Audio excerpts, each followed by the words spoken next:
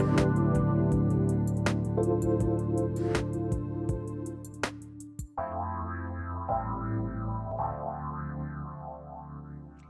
everybody, welcome to Three Things I've Learned with me, Susan Dolci, where we share the stories that shift our souls.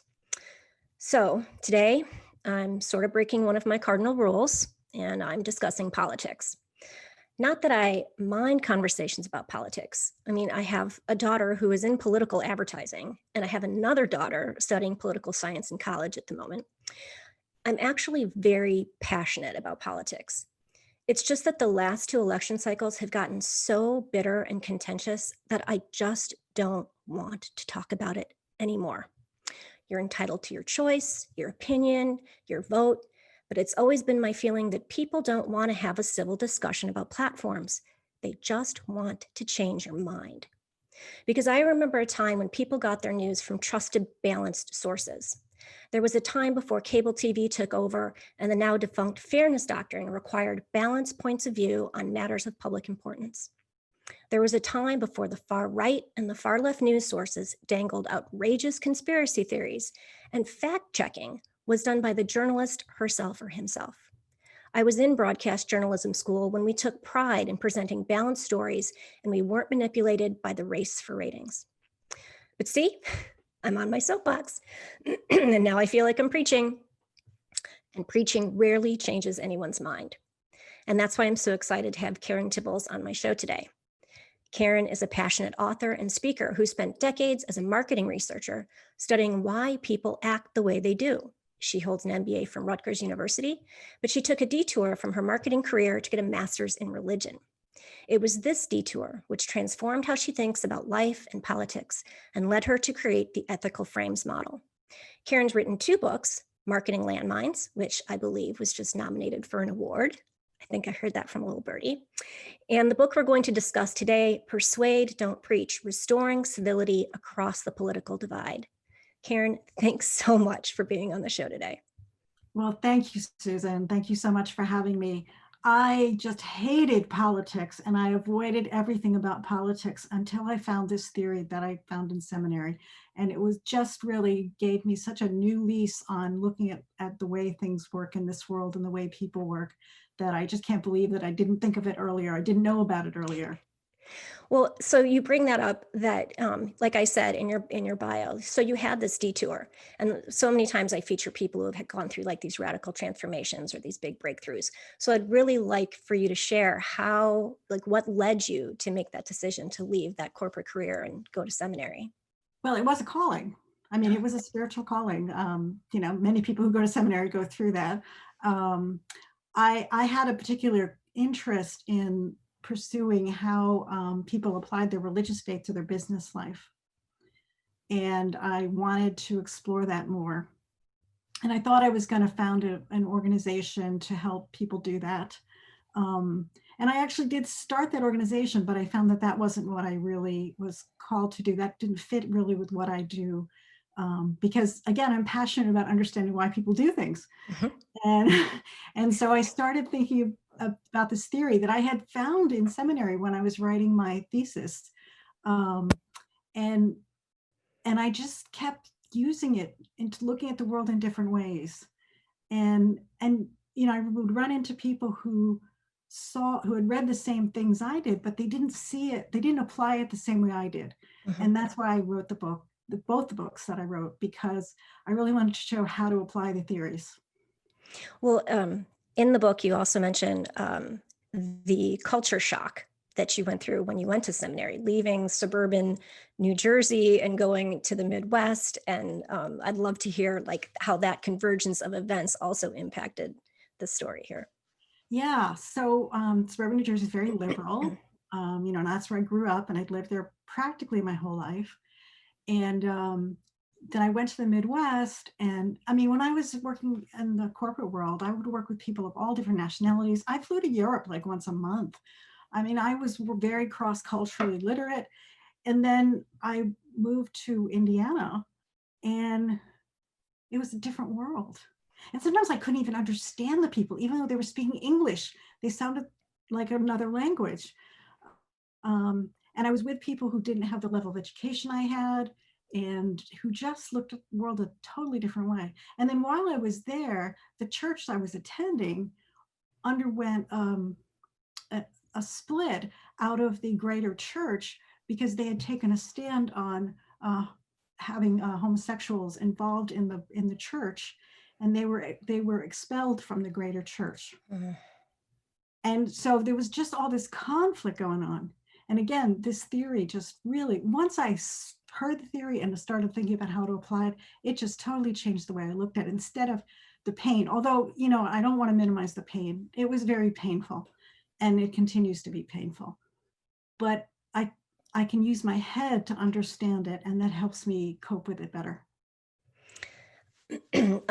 What I found fascinating, and I hope we'll get a little time to talk about this, but I know this is sort of like the guts of the book, and that is understanding the ethical zones. So there's 5, correct? There's belonging, authority, sacredness. I thought I had these memorized. What are the other ones? Fear and harm. Yes. And what when I read that, and of course, belonging's in the middle. So if I wish I had a diagram to show you to pull up right now, because it's really fascinating. But so she has this framework, and belonging is in the middle. And I was like, and everything kind of overlaps belonging. And that just made so much sense. And that's what drives so many of our decisions. And the interest, I take this back. I was going to use the word interesting, and I'm going to have a caveat here because my husband says that that's a cop-out word. So every time I use the word interesting, I try and say, stop, come up with something better. Fascinating. It was fascinating to me that reason was like not even in the ballpark. Uses a different part of our brain. Yeah. It uses a different part of our brain. And we think that reason can fix the conflicts that we're in, but we're not using the same part of our brain. So it doesn't help. That's why facts don't work. That's why arguing facts don't work. Absolutely. So since let's segue into that whole preaching part. So what do you mean by preaching, and why doesn't it work? Okay. So preaching, when I say preaching, and you actually referenced it in the intro when you were talking, preaching is when you only take into account what you believe, and you don't take into account what the other person believes. And you talk as if you're rehearsing your reasons for why you believe the way you believe. And it only convinces people who already believe, who are already with you. Or close. I mean, it can convince somebody who's close, but it's never going to convince somebody who's totally in the other camp. And as a matter of fact, the more forcefully you talk and the more forcefully you preach, the more the person who disagrees with you is going to become entrenched in what they believe. They're going to get even stronger in that. And I used, as an analogy to explain it, I used the Aesop fable of the sun and the wind. So the sun and the wind decided to have a competition to see which one was the most powerful. And the way they were going to score it was who got the traveler to take off their cloak. And the wind went first and blew really hard. And of course, what the traveler did is held onto their cloak really tightly to protect them. So of course, the wind lost because the sun came out and warmed up the ground, and the sun just made it so pleasant that the traveler took off their cloak, sat on it, and basked in the sun. So of course the sun is more powerful. So if you can get people to relax and show that you're on their side, then you can get people to listen to you. But when you preach, like the wind did, people just hold on to what they believe more closely. That reminds me of a encounter I had. This was way before these crazy election cycles we've had. And this was during Occupy Wall Street. And I had a Facebook friend who was actually an old childhood schoolmate. And he was very, very vocal about Occupy Wall Street. And I really didn't know anything about it. And I was genuinely curious. I genuinely wanted somebody to share with me why everybody was still up in arms and, just really get to the heart of it. And so he had posted something, and I commented and I said, can you please share with me why this is so important to you. Please explain it to me because I really just don't get it. And I got shot back with a comment of, well, you're a Fox News watching blah, blah, blah, and don't pretend like you don't know. And I was like, what? I was like, no, I really am asking. And of course, I know that in a text, there's no way to convey emotion or my genuine feelings or my authenticity or anything like that. But I was like, no, I really want you to explain it to me. I'm open. I'm trying to learn. And I was just shot down just like that. And then I that put me on guard. Now I'm like, well, now if I ask somebody for their genuine opinion, um, am I ever going to get it? Am I just going to be shot at every time with, that I clearly don't know what I'm talking about, or I'm trying to sabotage something or create something. So, yeah, that was a huge lesson for me. And consequently, I don't engage in politics on Facebook anymore. I don't post anything.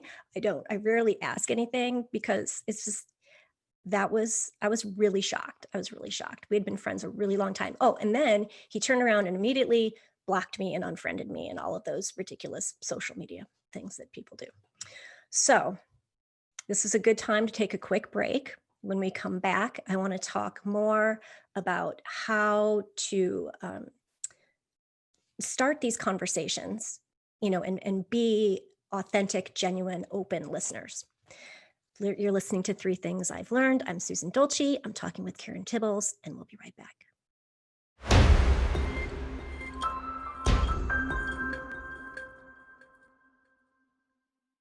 Welcome back. This is Three Things I've Learned with Susan Dolci, and my guest today is researcher and author Karen Tibbals, and we are discussing her latest book, Persuade, Don't Preach. Karen, I know you've got some amazing website stuff out there. I know I just attended a webinar that was phenomenal about actually putting these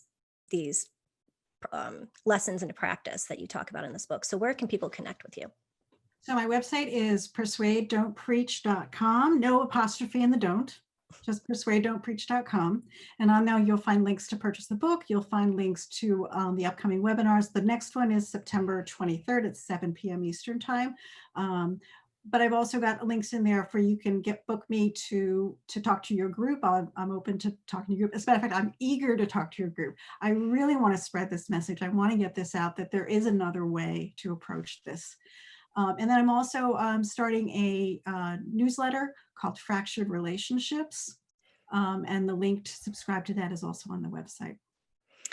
That's kind of how I'm feeling right now. I'm feeling sort of like fractured relationships. I think I need to sign up for that. Yeah. Oh, my word. So of relationships that have been fractured, and then some of the explanations about what's going on using the theories that I'm working with, and then some suggestions. Now, this is such hard work that I'm not always going to have suggestions, and what I propose isn't always going to work. But what I'm trying to do is I'm trying to open up the conversation so we can start talking in different ways. Because if we start talking in different ways, we're going to end up in a different place. Mm-hmm.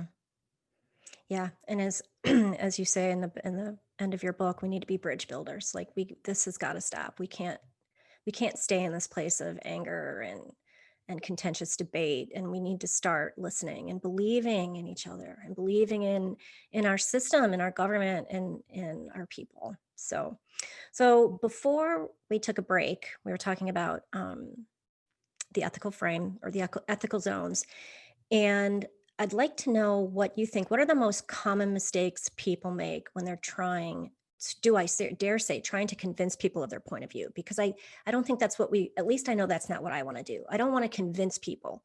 I want to share what I believe and how I see it so that hopefully they'll gain a new perspective. I'm not out there to change anybody's mind. I just want them to go, okay, well, I never thought about it that way before. So what are the mistakes people make? So the first one is we get involved with emotions. So we end up with a high emotional state, and then we can't listen. And we all know that the basics of talking to people is to listen. But when we get our emotions involved, we stop listening. And that's just a basic mistake that we make. And then, as I talk about in the book, we need a new way to listen. We need to listen to what's underneath what they're saying. Instead of taking what they're saying at face value, we need to be able to go underneath it and understand what's driving it. One of the things that I think is really important is to separate the person from the positions they hold on issues and from the values that are driving those positions. Because too often, this is another mistake, we vilify the person because they took a position on an issue that we disagree with without saying, well, why did they do that? Mhm. Because once we start separating that, then we can start looking at them as another human being, which is of course really important. And I have an example from relatively recently. After I graduated seminary, I went to visit my aunt. She was at the time, the only surviving member of my mother's family. And she was being cared for by an immigrant caregiver. She couldn't live alone. And the immigrant caregiver is sitting in the same room, and my aunt is talking to me, and she starts ranting about immigrants. Hmm. And I got mad. My emotions are involved. I didn't Yeah. have these tools, okay? Right. And applying them in the moment is tough. Mhm. And I'm talking retrospect now, but I got mad and I called her rude, name calling, again, another mistake. And I walked out and I never talked to her again. Mm. She died about 18 months later. Um, and when I started thinking about this episode in light of my book, I came up with an alternate scenario for what I wish I had done. And I'm offering that so that if somebody else is in the same situation, they maybe could learn from it. And that's going to be the first issue of Fractured Relationships. I'm going to talk about this. But to summarize, what I wish I had done is I wish I had said, well, first of all, I wish I had identified, and these are the steps that I think are important to do, to identify what the ethical zone is that was driving her. So the ethical zone behind immigration is love of country, patriotism, which is the belonging ethical zone. Mhm. And if I name that to myself and say, that's a good thing. I mean, it's good to be proud of the country that you live in and want to protect it. That's really good. Mhm. Uh, and if I had said something like that to her, maybe I could have gotten the conversation going in a different direction. And then what I could have said, if I got that agreement, now I don't know if I would have, but if I had, um, then I could have said something about, and Jeannie, your caregiver, takes really good care of you. And don't you think people who work really hard like Jeannie does deserve to come to this country? And that's reframe. That's moral Mhm. reframing, ethical zone reframing, the way I talk about in the book. And that's a way to talk about fairness, that it's fair if people earn it, that I think she probably would have agreed with. And maybe Mhm. I could have seen her the last 18 months of her life if I had done that. Yeah, this has been um this well, even the last election season was rough on me. Um but this one uh I'm definitely struggling to understand uh what what's driving some of these decisions, or some, not even decisions, beliefs. Uh and I really have tried to, use your methods, and I get it. Like, I totally, I'm gonna, I might have to break up this story, but I'm gonna start it anyway.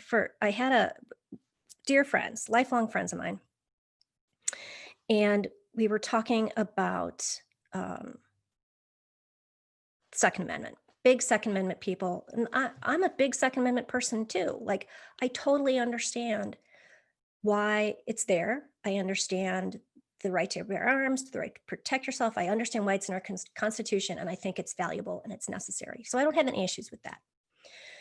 But I asked him, I said, why does anybody outside of the military need a semi-automatic weapon? Like, I don't, the average citizen, needs a rifle for hunting or a pistol for to protect themselves, or for, target practice or whatever they want to do, but nobody needs a semi-automatic weapon except law enforcement, military. I don't understand why these are in the hands of average people. And his comment was, well, because I can. And I said, well, okay, I understand that you have the right under the Second Amendment, but, and I'm not saying let's take your guns out of your hands, that whole that liberal frenzy where it's, oh, they're going to take your guns and they're going to defund the police. And no, I totally understand. I have no issues with guns. Gun control, however, is a problem. And just because you have the right to buy a semi-automatic weapon doesn't mean it's right. So can we talk about gun control not taking away your Second Amendment rights? And I hit a brick wall, and I just didn't know what to say. Well, as I talk about in the book, what part of what was going on right there is that you were running into liberty. Now, I actually didn't talk about this in the book because I thought it was too complicated, but I think it's important to bring up in this particular circumstance. And I had a recent exchange with Jonathan Haidt, who's the originator, or one of the originators of the theory that I'm working with. I've changed a little bit. So, but what I asked him was, is liberty a sacred value? And he said, anything can be sacralized. So anything can become sacred. And I think that's part of what is going on here, is that the liberty to bear arms, and I'll add the liberty to wear or not wear a mask, has become a sacred part of this person's belief system. So it's no longer rational. Again, these are not rational. You're not using the reason part of your brain. It's a gut reaction. And when you run into a gut reaction, you can't talk somebody out of it. What you can do is you can change the conversation. But first you have to identify what the reason is. So they stated it's liberty. So you have to say, your freedom is really important to you. Liberty to do these things is really important to you, isn't it? And you get buy into it. And I agree that liberty is really important. It's a really important value. And founded the country was founded. I was gonna say we, but it's not me, obviously. The country was founded on liberty. And we need to acknowledge that that's important, and we need to continue emphasizing that that's important. But then we can move on to another part of the discussion. And that could be using, again, the fairness. I talked about that with my aunt. One way to do fairness is to say you need to earn it. Like immigrants need to earn it. So maybe instead of it's the liberty to bear arms no matter what, maybe it's liberty, but only you could earn it. Or maybe you could, if you abuse it, like if you have, conviction for some sort of violence, or if you have, like a domestic violence conviction, that could keep you from exercising that freedom. So yeah, and it's interesting because the NRA used to take that position, but they've gone extreme on the Second Amendment, and so they have kind of eliminated that from their vocabulary. But I think it could still work.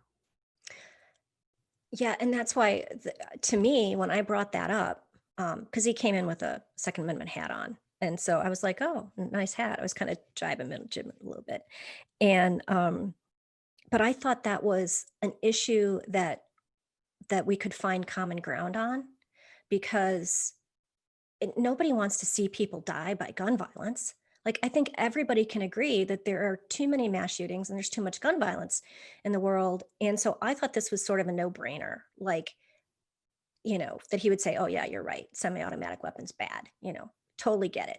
And then I would have been like, oh, okay, we're on the same, we feel the same way.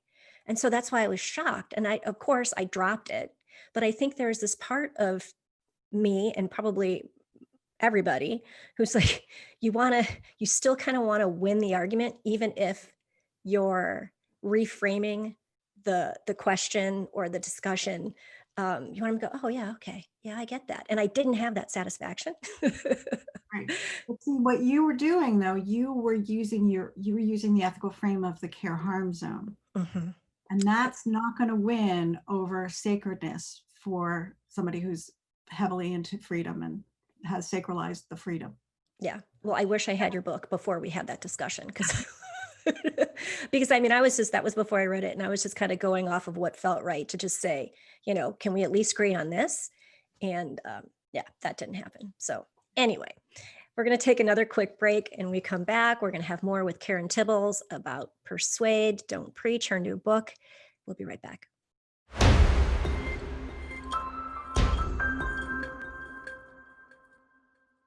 Welcome back, everybody. We are here on Three Things I've Learned with Susan Dolci. And today I'm talking with Karen Tibbals, author, speaker of Persuade, Don't Preach, Restoring Civility Across the Political Divide. Karen, can you share one more time where people can find you? Yes, thank you. My website is persuadedon'tpreach.com. Again, no apostrophe in the don't. And on it, you'll find links to my book and links to my speaking engagements, including the webinar, which is September 23rd at 7 p.m. Eastern Daylight Time. And guys, everybody, I highly recommend that webinar, because Karen's really good at breaking down the whole ethical zone framework that the book is about, or that it's based on. And it's very empowering, and it helps you sort of rehearse those discussions before you actually go into them. So I highly recommend checking that out and taking that. And what I want to do is I want to expand on the webinar to have a multi-session webinar where the people can get a chance to actually rehearse the kind of discussions that they can see themselves having, for the people to bring in their situations and brainstorm opportunities for what you might not want to say, and then practice it, because that's a key to doing it. But let me just tell you the steps. First of all, you have to identify where the person is coming from, because until you know where they're coming from, you're not going to do that. You're not going to be able to do anything. If you can identify the ethical zones that are operative for this person, and there's obviously individual variation, but there's also some patterns, and I talk about them in the book. Conservatives have one particular pattern that they tend to emphasize, but it can be different for each person. And liberals have a different pattern. But to give you an example, I talk about in the book how liberals are relatively lower in sacredness. But one person that I know who calls himself left of Michael Moore is very high in sacredness. So there's all these individual patterns. So you have to pay attention to the kind of words people are using, and then use the individual patterns to identify it. And then once you do that, then you need to think about how those ethical zones are active in your life. Because even though we have favored ethical zones and we have this particular pattern that we fall into, we do have, all humans have the same ethical zones. I mean, this is done, research was done using anthropological research across culture, and all over the world, people have the same ethical zones, but we differ in how we interpret them and how much importance we place on them. But they're there, and we need to recognize that. And then finally, once we do that, then we can start thinking about new strategies for what to say. But instead, we rush in and say stuff right away without going through those steps. Now, there's a lot more steps, and you need to practice them, but those are the basics. Well, yeah, and I think the thing that caught me off guard was assuming, which we know what that word means, right? Assuming that we shared the same ethical zones. Mm-hmm. Because Yes. I was just like, what? Wait, we don't believe in the same thing? Because I mean, these are people, some people I haven't known that long, others I've known like for 20-ish plus years. And I was like, wait a minute, you believe in what? Because I didn't think you were that person, and I know that sounds like it's very judgy. I was like, that person, but I made this assumption that they were the same as me, which I think so many people do, right? We just like, if they're in our circle and we're really close, even if it's family, we just sort of group them in our same zones when they're really not. That's right. That's right. So we really have to listen, but we don't have the tools to listen, because instead we get our emotions involved, as we talked about before. And so we need to use these tools to calm down and say, no, I'm not being attacked. They're just coming, again, separate the person from the position they take on the issue and from the values. And if we can identify the values that are important to them, that are driving their position, then we can understand it much more. And then we can start to talk about values and talk about the same thing. One of my friends, when I first started working in this, said that this is like talking in tongues to be able to do Yeah. this. Well, yeah, it's definitely, as you've mentioned, it's definitely a practice skill. And just like, as is listening, I mean, most people, like you said, really don't know how to listen. In the work I do, I find that, most people are using the time that you think they're listening to actually craft their response to what they want to say to what you're saying. They're not really listening. They're just like, okay, when she's done with this, I'm going to say this.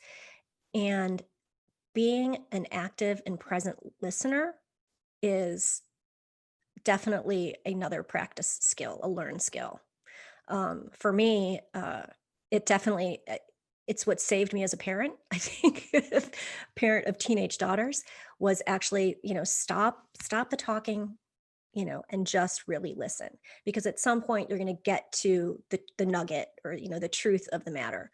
And people don't do that. No, they don't. If you ask people, they could tell you that the first thing they should do is listen, but they don't know how to. And again, in this politically charged environment that we're in right now, it makes it even harder. And again, another concept I talk about in the book is common enemy belonging. We take so much of our identity right now from the group that we belong to. Like you mentioned in the early part, belonging is at the center and it drives everything.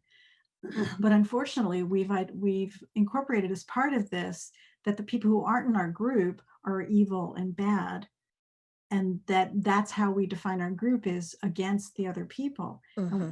we've got to get past that. And I have a whole chapter on how to create a group that doesn't use common enemy belonging.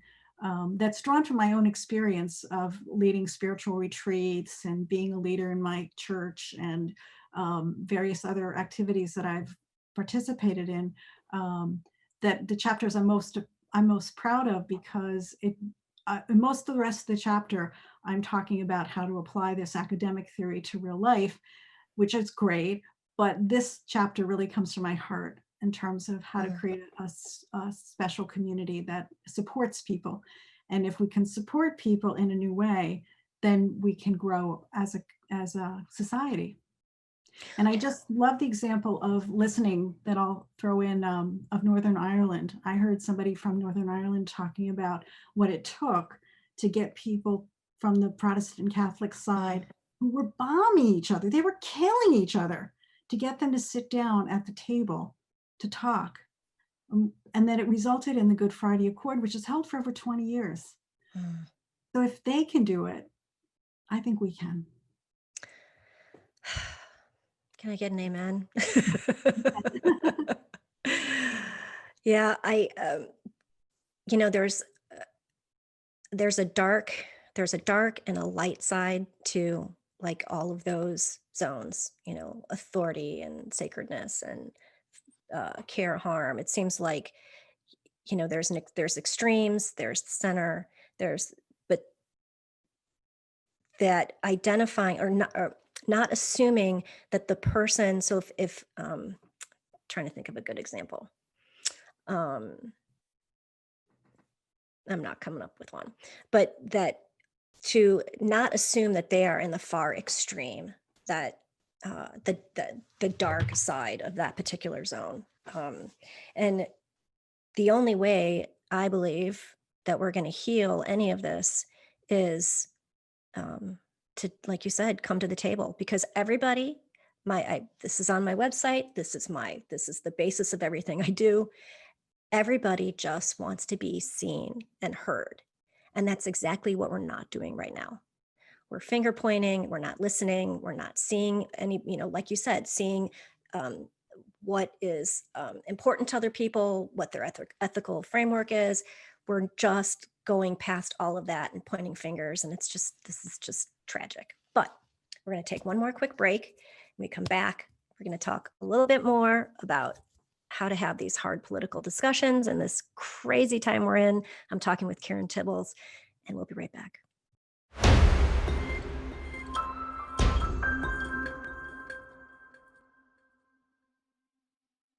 Hey everyone. The last hour we've been chatting with Karen Tibbals about how to have calm, civilized, civilized conversations with our friends and relatives about politics. And while we were in break, I was telling Karen I have been looking forward to this interview for weeks now, because I especially wanted to have her on prior to the election. I actually have a show on election day. I don't know what I'm doing yet. I might just do a diatribe and the importance of voting. I don't know what I'm just, it might just be me and a microphone and it might go all sorts of wrong. But so when we were talking about practicing and rehearsing these conversations, when we're in the middle of it and we're all fired up and, we want to be heard, we want to be seen, we want our point to be made, and we're starting to scream, like, and our blood's boiling. What are the techniques to calm down, to just get it, pull it together, so we can have those honest, open, calm discussions? Well, breathing is really important. Yeah, because when we get really fired up, we really don't breathe, right? We're like, No, we don't. We don't. But I guess what's most important is to be prepared because, these conversations, they just repeat themselves. We get into the same ones over and over again. So the more you're prepared and the more you practice beforehand, the more likely you are to be able to react in the moment. I'll give you an example. Mm. The other day, I was walking in my new complex. I just moved in about a year ago, and I met somebody I never met before. And the subject came up that I'd written the book, and they were talking about what it's about. Now, I don't know these people very well, and I certainly didn't know this woman who just moved in a couple months ago. And she brought up the issue of gay marriage. And because I had written the book and done so much thinking about it, I was able to say in the moment exactly what I meant. Now, could I have done that before? No, but I had done the preparation. Mm. So everything was very calm. And what I said was just change the conversation. And that's what I'm trying to do here. I'm trying to give us new tools to change the conversation so we don't go through the same old ruts, because we're in the same old rut. We keep doing it and it isn't working. We need to do something different. And I'm trying to figure out ways to use these tools to give people different things to do. And hopefully we'll end up in a different place. Mm. That gay marriage thing, I was going to bring that up. I was one of those people, I'm completely honest here. I was one of those people that said, I have no issues with gay marriage. Just pick a different word, which, I mean, I know lots of people who had that same feeling. Just don't call it marriage, call it something else. And it was my daughters who, kept saying, but I don't understand. Like, why does a different word make a difference? And I was like, well, because it does. And I had no good reasons, no good reasons. And so I had to really sit with that for a while and say, well, why is marriage? Why, why is that important to me? Why is it important that I think it have a different name? And it occurred to me that it was totally on me. It was totally my superiority complex, thinking that marriage and what marriage meant to me was better or more important than what it would mean to a gay couple. And when I had that realization, I was like, oh my word, that is not what I mean at all. That is not what I want. But by wanting it to have a different name, that was basically what I was saying. And I was like, whoa. And that's the kind of inner work that I think we need to be doing right now. We need to, like, with the whole anti-racism movement, we need to be listening, we need to be reading, we need to be open to understanding history and where history has been rewritten or whitewashed. And this has got to be the start. And that's why, again, I love your book, because it encourages all of us to take into account why we believe what we believe, and do we have good, genuine, ethical reasons for hanging on to those beliefs? Because maybe we're hanging on to something that's old and doesn't serve us anymore, and it doesn't serve humanity. Like me with the gay marriage thing, that's I let go of that, and I realized I was wrong. And I think a lot of us need to do that right now. Yeah, on both sides. On On both both sides. sides. Yeah. We So, we I'm all sorry, go do the ahead. same things. We're all human, okay? And we're all having difficult conversations and we're all yelling the same way and name calling the way I did, calling each other rude and vilifying the people. And that doesn't get us anywhere. That No. doesn't get us anywhere. So typically I ask my guests, what are the 3 things they've learned about the topic that we're talking about? But I'm going to take this opportunity to say what I've learned, because I have learned a lot from Karen and from Karen's book. And so the first thing I've learned is to be a present and open listener, and to stop trying to craft my response while someone is sharing their opinion. Just got to zip it and listen.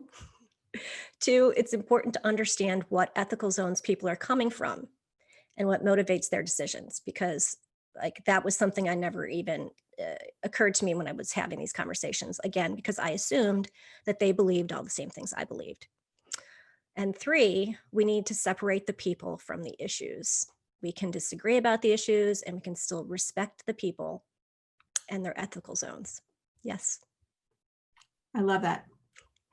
So Karen, this has been, I don't know about, I hope everybody who's listening, this has been really eye-opening for me. I want everybody to go out and buy this book. I would give it to, for everybody, I'd give it to, I would buy it for everybody for the holidays. I don't know if it would be welcome for everybody, but this is a very important book to read. And this is where we need to start to end the hostility and the anger, build a bridge, be better listeners, and transform our world right now. Thank you so much for being here today. You're welcome. And I'll just add that I'm just so excited the book was endorsed by Richard Rohr. Oh, and he's one of my favorites. It is not a spiritual book, but it has a spiritual underpinning because of my training, obviously. So you don't, people who want to read it, but don't think you're going to be put off by God language or anything like that. I really don't go into that, but it really is a way to try to bring people together. And that's my goal. I want to try to heal. Yeah. And it people, believe me, this is a well worth the read, well worth your time. And it's a start. It's where we need to start. Yeah. Thank you so much for being You're here. welcome. Thank you for inviting me. This was a pleasure. On my next show, which airs September 15th, I had the pleasure of interviewing author and podcaster Holly Wharton about her international bestseller, If Trees Could Talk, along with my best friend and colleague, Leon Dyer. So if you love the woods and if you feel connection to nature, you won't want to miss our very magical conversation. A little bit lighter than the one we had today, a little bit more magical and fun. Thanks for listening to 3 Things I've Learned with Susan Dolci. If you're interested in learning more about the diamond process and my transformational coaching techniques, visit my website at susandolci.com. And be sure to sign up for my bi-weekly newsletter where I feature all of my upcoming guests. We all have a story to tell. We can live in the story, or we can transform the story. It's your choice. Change your story. Change our world. #StoryField. Thanks for listening, everybody. This has been a great show.